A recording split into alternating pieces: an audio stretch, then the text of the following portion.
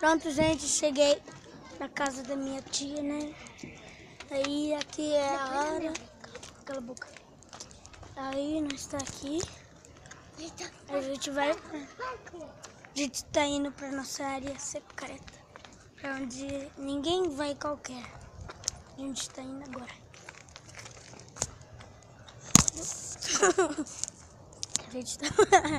A gente tá procurando o carro do meu pai, que tá aqui.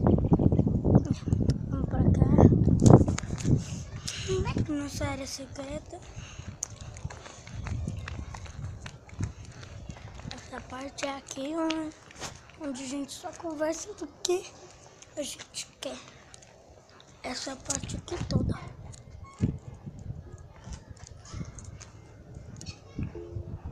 Então agora eu vou sair. Para de mexer aí, Vitória. Vitória é minha irmã. Vitória é essa minha irmã. Oi, Jujugu! Ela só sabe falar besteira e é assim mesmo. Então vamos entrar na casa.